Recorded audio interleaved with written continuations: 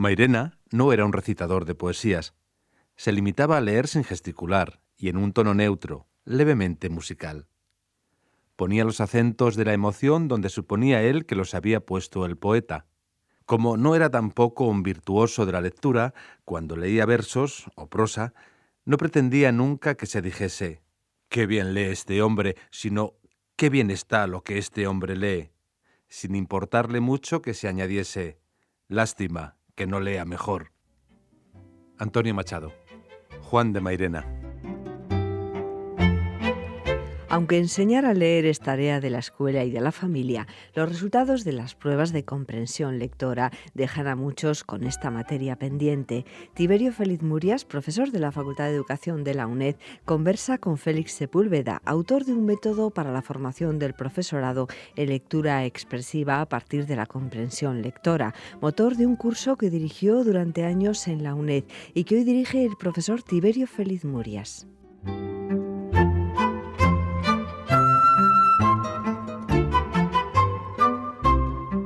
Es un placer para mí estar hoy con Félix Sepúlveda, que fue profesor y compañero aquí en la Facultad de Educación y un gran experto en el tema que hoy nos trae aquí, que es el tema de la lectura. Así que muchas gracias por estar aquí, Félix. Gracias a ti, sobre todo por eso de gran experto, que es una exageración, pero vaya, haremos lo que podamos. Bueno, pero las hipérboles, sabes que son figuras literarias totalmente legítimas. El tema es saber utilizarlas, colocarlas cuando hay que colocarlas. Tú cumples con tu oficio haciendo la hipérbole y yo con el mío de rebajar un poquito, de rebajarlo un poco. Muy bien. Bueno, pues el tema de la lectura es de los temas que aún hoy, a pesar de todo el desarrollo tecnológico, los móviles, ¿no?, todo el tema audiovisual, sigue preocupando en general a los educadores, a los padres, a los profesores también, y en general a todas las personas preocupadas por la cultura, ¿no?, y por la formación. ¿Cuál es, de forma general y introductoria, qué papel le podemos otorgar hoy a la lectura en nuestra sociedad? Pues mira, tan importante es que incluso gente que nunca había hablado del informe PISA, hoy casi todos los españoles saben que existe un informe que calibra sobre todo las habilidades básicas comunicativas de los alumnos de nuestras escuelas e institutos, como es la lectura y escritura. Y la verdad es que no salimos muy bien parados en estas encuestas y en estos estudios comparado con otros países de Europa. Pero la lectura yo diría que tiene dos apartados fundamentales. Uno que es la lectura de estudio, sin la cual, si no se domina, mal se puede caminar por las carreras, por los bachilleratos, por las EGBs, y otra, la lectura de tiempo libre, la lectura por placer, porque a uno le guste leer y quiera dedicar parte de su tiempo libre a esta tarea de lectura. Y son dos tareas muy importantes, complementarias, no tienen por qué coincidir siempre en el mismo alumno, podemos hablar luego después, la misma persona, pero son los dos factores que tiene. Una necesaria simplemente para desenvolverse en esta vida donde todos son letreros, el que no sepa leer en una gran ciudad mal se puede apañar, ni para ir al metro, ni para ir a ningún sitio si no sabe leer. Y luego para estudiar, por supuesto, y en la vida corriente. Y luego, en su tiempo libre, mal se puede dedicar a ello aquel que no haya cogido en algún momento la afición a la lectura. Hay en ese sentido una apreciación que recuerdo de un experto, no recuerdo ahora de qué país era, decía que si quieres quemar un libro, ponlo de libro obligatorio, de lectura obligatoria en la escuela. Así es, justo al final hablaremos quizá un poco de un curso que estamos llevando en la UNED sobre animación a la lectura, de enseñanza a los profesionales para que a los alumnos de todos los niveles, desde muy inicio, los puedan ayudar. Sí, la pregunta hace referencia a si realmente, es decir, cómo podemos en la escuela fomentar la lectura sin que los alumnos odien la lectura, ¿no? Ya, y una de las preguntas que les hacemos a los alumnos es ¿por qué empezaste tú a leer? ¿Cómo empezaste? Porque sí sabemos muy bien, en los estudios dicen, ¿por qué no leen los que no leen? Se sabe pues, que se dedican más a ver la televisión, porque no tienen afición, porque nadie ha estado con ellos para iniciarles en la lectura o fomentársela. Pero nos interesaba más hacer una encuesta entre los alumnos de este curso que llevamos en la UNED. Decir, oye, ¿por qué lees tú que lees? Bueno, pues las respuestas son buenísimas. Es decir, pues yo leo pues porque a lo mejor de pequeño yo veía a mi abuelo que siempre leía, o porque mi hermano mayor un día me dijo, oye, esto es muy divertido, léetelo tú también, o porque mis padres desde muy pequeño me leyeron cuentos cuando aún yo no sabía leer. Son casi siempre los comienzos del lector en los primeros años. El que no ha tenido esos comienzos en los primeros años, ahora va a tener más difícil acceder a la lectura, pues porque tiene que partir prácticamente de nada, cuando otros a los 5 años ya tienen mucho adquirido sobre ese leer como actitud y como hábito. ¿Podemos decir que el buen lector es aquel que lee por placer? Vamos a ver, un buen lector comprensivo para estudio es aquel que domina el lenguaje escrito, la lectura de libros para aprender, lo domina, lo entiende perfectamente y aprende sobre ellos. Ahora, ese puede ser un magnífico estudiante y llevarse matrículas de honor todos los años en todas las asignaturas y, sin embargo, ser un mal lector. Pues porque cuando tiene un rato libre ni se le ocurre coger un libro para entretenerse. En este sentido, uno puede ser magnífico estudiante y un mal lector, pues porque no tiene afición ninguna a leer a todo aquello que no sea obligatorio, de lectura obligatoria. Y ahora recuerdo que decías que si quemar los libros era obligarles, pues sí. La verdad es que una de las preguntas a las que contestaban los alumnos es que odiaron la lectura. Casi todos los adolescentes pasan por odiar la lectura que les gustaba antes, desde que sobre todo en el bachillerato se les obliga a leer libros concretos y además a hacer fichas de la lectura que han hecho y hacer exámenes sobre lecturas. Entonces pasan una época de crisis de lectura justo porque en ese momento le están obligando a hacerlo, que luego recuperan en el momento en que ya nadie les obliga, normalmente. Entonces, vuelvo a lo que estaba diciendo, puede ser un buen estudiante y un mal lector, y al revés, puede ser uno un magnífico lector y dedicar toda su vida a estudiar todas las horas del día, sin embargo ser muy malo como estudiante y luego perder y casi que lo suspendan casi todas las asignaturas, justo porque esa lectura de estudio pues no le va, por lo que sea. Hombre, ¿cuál es el ideal? Pues que un buen lector y un buen estudiante al mismo tiempo, claro. Esto sería el ideal que habría que fomentar. Félix, uno de los temas que se pueden estar planteando los que nos están escuchando, sobre todo si son padres o madres, es precisamente qué tipo de lectura y con qué tipo de soporte hay que fomentar. Es decir, ¿es necesario mantener en los niños la lectura sobre papel, sobre periódico, sobre libro encuadernado? ¿Es necesario introducirlos en pantalla, en ordenador, en tablet? ¿Es necesario meterlos ya en los libros electrónicos? ¿Cuál es tu opinión sobre esto? Yo diría en principio que con cada niño hay que utilizar un sistema casi personalizado. Es decir, por donde tú veas que tiene más afición, empezar por ahí. Eso vale para el instrumento que utilices, si el libro en papel o el libro electrónico, incluso para qué tipo de lectura. Empezar por aquello que más le guste leer. Porque si empieza a coger afición con los cómics, por ejemplo, con los tebeos, pues está muy bien que aprenda a leer ahí y que aprenda a aficionarse. Que luego ya pasará, con el tiempo pasará de esos al formato libro y al formato cualquiera. Ahora lo importante es que se aficione al tema de la lectura. El formato da igual, imagino que, es más, a la lectura se aficiona uno incluso antes de saber leer. Dicen los especialistas en el tema que para fomentar la lectura no es suficiente con que los padres a los niños les cuenten cuentos cuando son pequeños y están para dormir, sino que en lugar de contarlos, o por lo menos alternando con contar cuentos, les lean cuentos. Para que el niño, al mismo tiempo que ve a su padre o a su madre con el libro en la mano, sepa que aquello que le divierte, aquello que le está gustando oír, está allí en el libro. Para que esté deseando cogerlo y ver cómo descifra él aquello que le estaba gustando. La afición al libro, de cualquier forma, eso es más fácil, supongo, en el libro que hemos conocido siempre, que aficionarlo a ver una pantalla de internet para leer allí. Creo que progresivamente, sin que lo fomentemos, lo van a hacer ellos, porque empezará muy prontito a mandar mensajes por WhatsApp, muy pronto, y ya están todo el día tecleando y escribiendo y leyendo, con lo cual la lectura hoy se practica más que nunca, pero por medios distintos y dependiendo del para qué, sobre todo el para qué. Uno no manda por WhatsApp un libro entero, manda mensajes muy breves. Ahora, una lectura más detenida y más reposada y más de placer, pues es mejor quizás sentado cómodamente con un libro en la mano, sea electrónico o sea en papel, que eso tampoco importa mucho.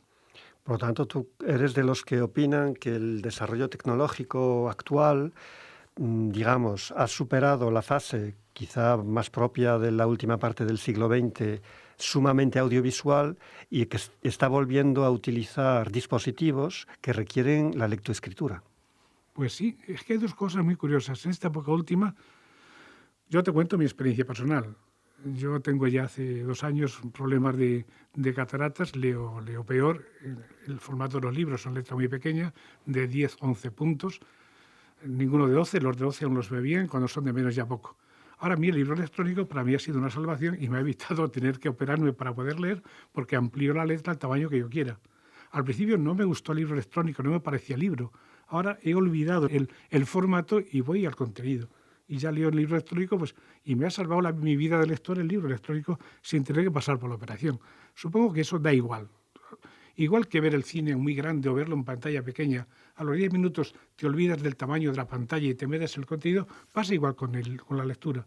Importa muy poco el molde, digamos, el envoltorio, con tal de que uno se meta en lo que está leyendo. Y luego los tipos de lectura. Es que incluso cada día es más frecuente lo que se está llamando ahora la lectura de oídas. Es decir, yo puedo ir en el coche y poner un CD o poner una casete donde está muy bien leído por buenos lectores una obra literaria. Dedicar tiempo a la lectura, pero de oídas.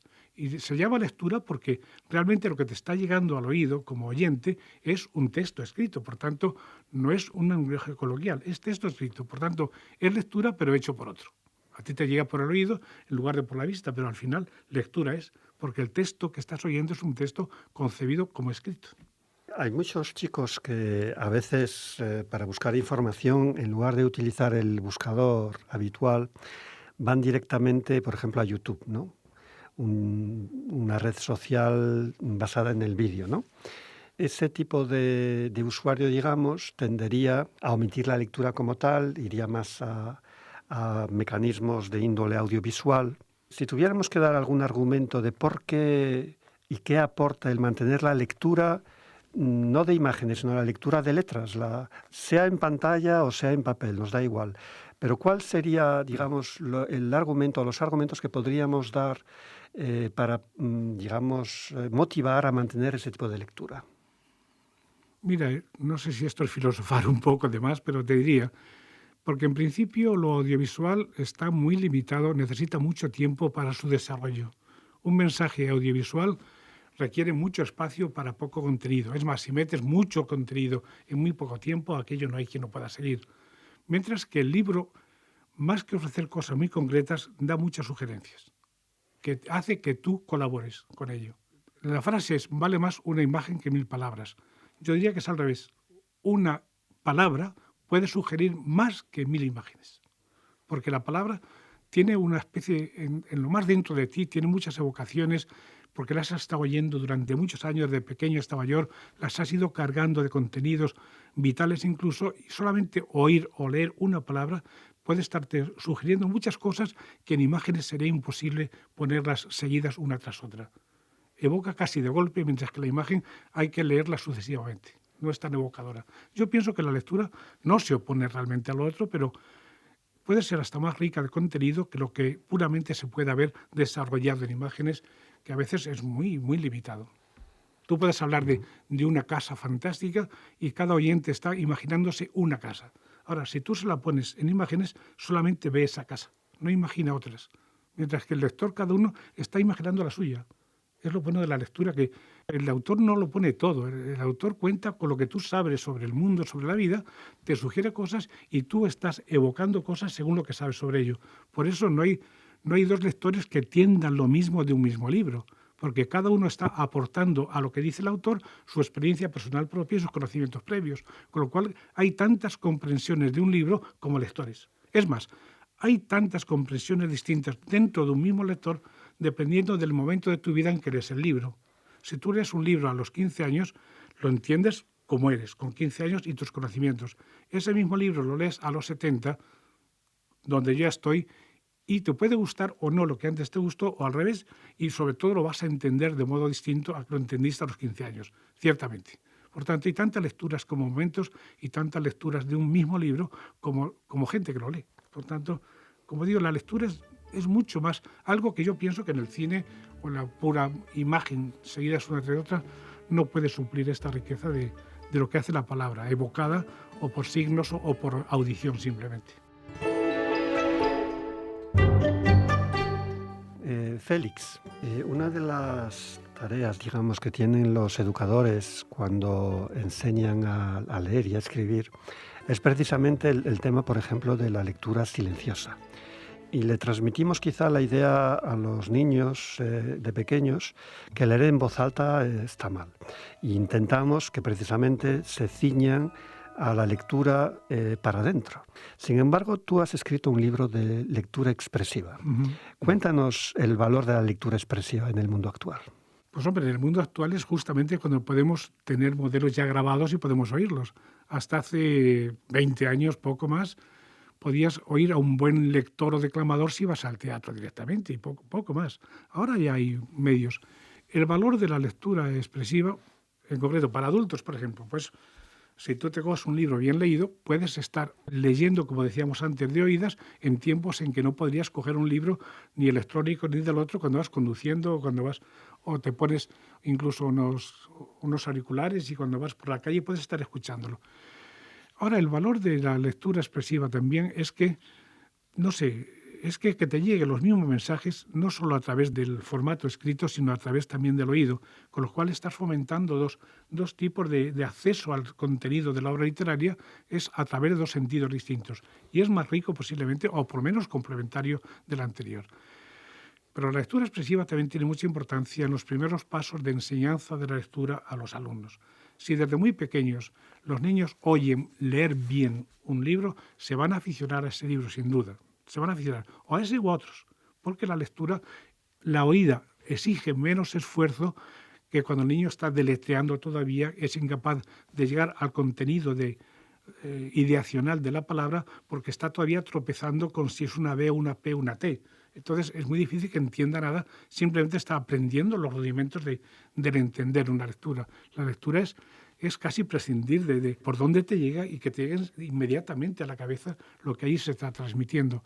Y la lectura ahora tiene una gran labor justamente en esos primeros momentos de la enseñanza de la lectura. Y yo y casi todos los alumnos a los que preguntamos esto recuerdan como una de sus primeras experiencias. Es más, les preguntamos, ¿qué experiencias tuviste de lectura desde muy pequeño? Y todos ponen, aunque parece que el oír no es lectura, dicen la lectura que me hacían mis padres o mis abuelos. Por tanto, consideran intuitivamente que aquello es leer también. Porque son cosas que están en el libro y que me llegan a través de la voz de otro, pero al cabo es lo mismo que está en el libro. Tiene un gran valor y yo creo que se debería recuperar. Se debería recuperar. Hace unos años había sesiones incluso de teatro leído, que en lugar de preparar un teatro leído es bastante fácil, organizar una obra de teatro con actores que hacen es muy complicado. Bueno, pues el teatro leído en los institutos, en los colegios se podría hacer.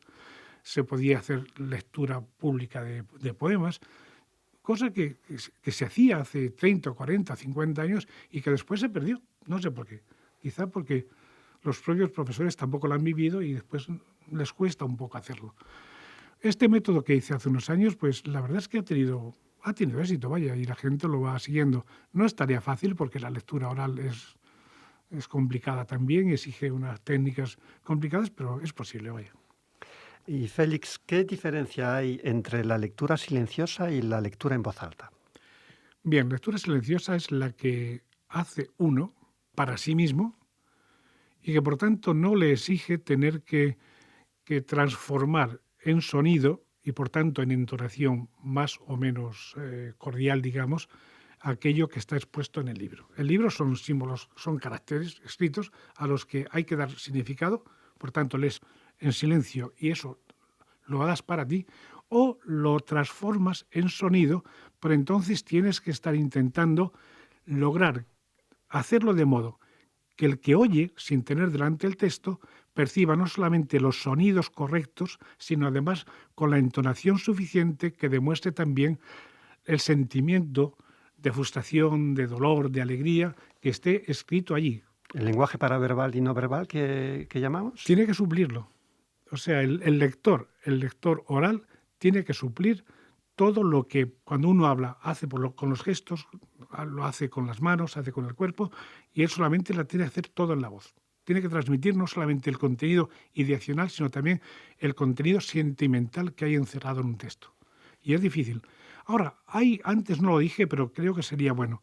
Entre leer en silencio absoluto y en leer en voz alta habría un término medio que sería leer en silencio, pero haciendo que te suene a ti por dentro como lo leerías si lo leyeras para otros. Y ese paso intermedio es importantísimo para que luego, al leerlo realmente en voz alta, lo que a ti te sonaba y como a ti te sonaba interiormente, eso le suene también igual al que lo oye. Ahora, eso exige una lectura un poco más lenta que el puramente leer buscando sentido, porque hay que leerlo de modo que te suene a ti casi como si estuvieras leyéndolo para otros. Esa es una forma de interiorización, digamos, de la lectura expresiva, de la lectura oral, Sí. ¿no? Yo puedo decir que desde pequeño lo hice así siempre. O sea, yo cuando leo algo me está sonando dentro, igual. Por tanto, si lo tengo que leer en voz alta, no voy a hacer más que traducir los sonidos interiores míos, no traducción de las letras, sino del sonido que a mí me ha provocado la lectura.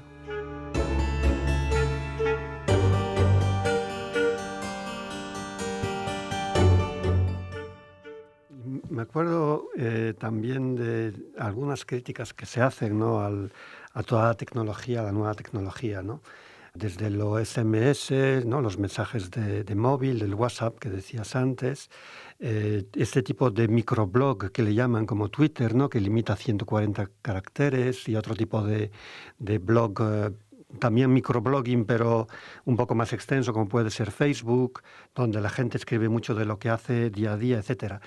A ver qué me dices de la interpretación que hago. Creo que eso es lectoescritura y que requiere además de buenos lectores y de buenos escritores para poder participar con ese tipo de herramientas. Yo creo que lo que ha pasado es que se han diversificado los tipos de discursos que tenemos que aprender, ¿no? Antes los tipos de discursos eran, ya hace 50 años, ¿no? Pues entonces, el discurso del telegrama. Pues claro, tengo que aprender a escribir un telegrama, que no lo escribo igual que si escribo una carta, que si escribo una instancia, que si escribo una redacción, ¿no? Es decir, lo que ha pasado es que con el desarrollo tecnológico los tipos de discurso se han diversificado. Claro, y entonces, digamos, Twitter, pues es otra forma de discurso. El mensaje de móvil es otro tipo de discurso. ¿Tú cómo lo ves? Realmente son distintos mensajes, está claro, distintos tipos de discurso. Y lo ideal es que un usuario de la lengua sea capaz de diferenciar y de usar cuantos más modos distintos mejor. Lo que sería malo es mezclarlos. Es decir, hacer como WhatsApp un discurso grande, porque eso no tiene contenido, ahí no tiene sentido. Porque el que lo va a leer, y siempre que se escribe es para otros, para que otro lo lea, pues hay que acomodar nuestro discurso a lo que esa persona va a estar dispuesta a soportar en ese medio, en ese contexto. Por WhatsApp, pues un discurso de 10 minutos es insoportable, además que no te lo permiten, porque saben que es que nadie acabarían no leyéndolo.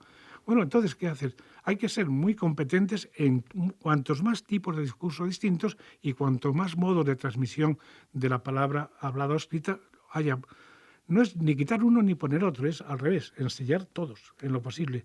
Y no demonizar ninguno, porque eso parece muy malo, ni tampoco decir esto es lo único. Ya sería muy malo que los alumnos de ahora solo supieran escribir mensajes de 140 signos, ¿no? Son lo que permite. Si se limitaran a eso, mal se iban a defender en la vida. Ahora, si no supieran hacer eso, también lo iban a pasar muy mal, porque un discurso más largo, sus compañeros o sus amigos no lo van a admitir. Por tanto, dominar los dos como modos distintos de comunicarse, no cabe duda. En efecto. Luego hay otro problema que a veces también la gente confunde. Junto con el tipo de discurso está el tipo de registro, ¿no? Entonces, es cierto que a lo mejor en ámbitos académicos admitimos ciertos tipos de registro, digamos, más formales, y a lo mejor algunos alumnos pueden utilizar algún tipo de registro más informal, por ejemplo, el tema de los emoticones, ¿no?, de los dibujitos, o incluso un lenguaje más informal, ¿no? Pero yo creo que eso es otro problema también. Quiero decir que el tema de saber utilizar el registro adecuado en cada contexto y con cada herramienta o con cada destinatario es otro problema que forma parte también de la competencia del buen lector y escritor que necesitamos desarrollar. Eduardo, la respuesta es que va por ahí. Ciertamente, la competencia comunicativa es dominar cuanto más registros posibles y saberlos utilizar en el momento concreto. Lo malo sería escribir una comunicación normal de la calle con el lenguaje romántico del siglo XIX y hacer una especie de declaración de amor así en plan romántico. No pega. Aún recuerdo una anécdota. Decimos que los adolescentes tienen muy poco vocabulario, que no saben. No es verdad, lo saben. Lo que pasa es que hay contextos en los que no saben que no lo pueden utilizar. Un día hablando con mi hija, cuando tenía 14, 15 años, digo, tenéis muy pocas palabras. Y dice, oye, papá, que no es verdad. Dice, ¿cómo quieres que yo, cuando bajo del autobús, le diga a una amiga mía, voy a descender del autobús? Dice, bueno, no se me ocurre. Sé que puedo decir descender, pero diré que me tiro del autobús o que bajo del autobús, pero descender no. ¿Por qué? Porque estamos confundiendo planos. Y hablar en plan muy correcto en una situación en que lo que se exige es más coloquial sería absurdo. Pasa incluso como con las incorrecciones ortográficas.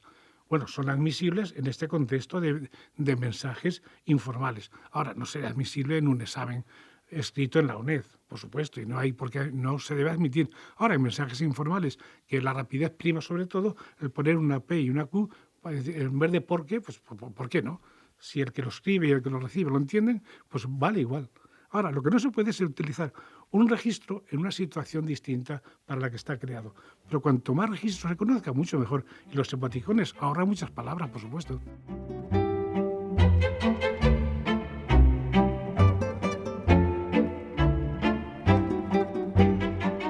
Hay un tema que salió antes y que me parece una de las fases cruciales dentro del desarrollo de la competencia comunicativa.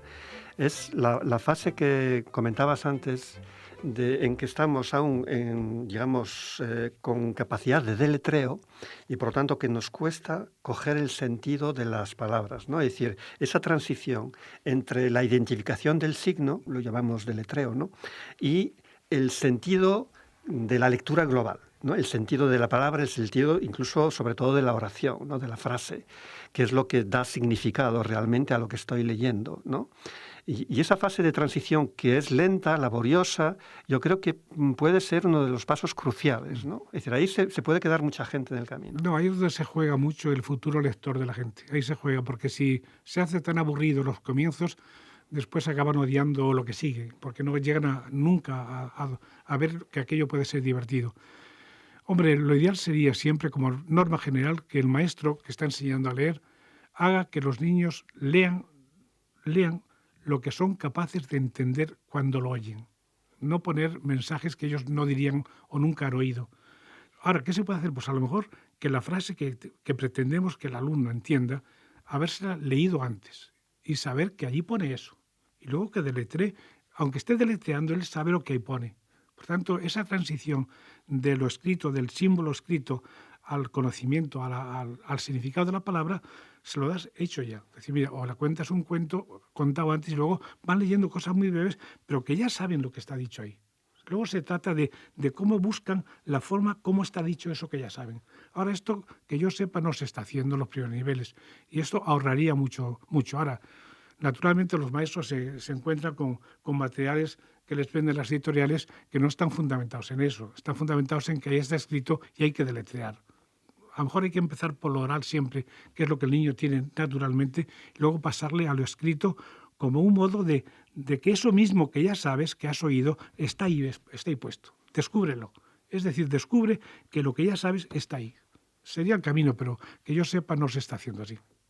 Por tanto, y para finalizar ya a modo de síntesis, podríamos decir que el lograr buenos lectores podría estar en hacerles descubrir que la lectura es sobre todo lectura de significados, ¿no? Que son elementos que tienen sentido, y luego que es placentero, es decir, que es una fuente de conocimiento, ¿no? Y de significados, por tanto, y de placer, de sensaciones, de imaginaciones, ¿no? Así es. Y resumiendo mucho, sería que llegue a comprender que es divertido, que puede ser divertido eso de leer, y al paso que puede ser muy útil también para la vida eso de saber leer. Con que se convenza de esas dos cosas, y eso lo mejor es que el que lo quiere transmitir, él lo esté sintiendo también. Si no, mal lo va a transmitir. Un profesor que no sea buen lector, no es fácil que haga buenos lectores. Bueno, Félix, esperemos que lo que acabamos de comentar y de dialogar les sirva también a nuestros oyentes para hacerlos mejores lectores y mejores educadores de lectores, si es su papel. Muchas gracias. Pues si ha servido para algo, perfecto. Muchas gracias. El curso de la UNED de experto universitario en animación a la lectura cuenta con becas de la Organización de Estados Americanos, la OEA, becas de desarrollo profesional para ciudadanos latinoamericanos. Tiberio Feliz Murias, profesor de la Facultad de Educación de la UNED, es el actual director de este curso que puso en marcha y dirigió durante años el profesor Félix Sepúlveda, autor del método publicado en Cuadernos de la UNED, Lectura Expresiva, un libro acompañado de grabaciones con textos leídos con diferentes voces.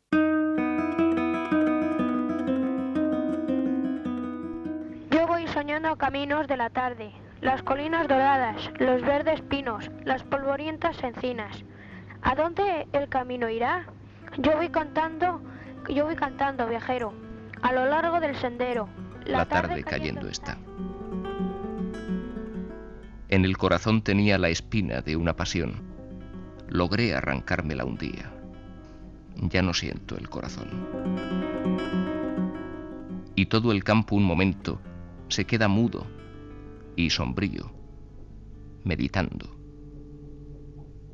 Suena el viento en los álamos del río.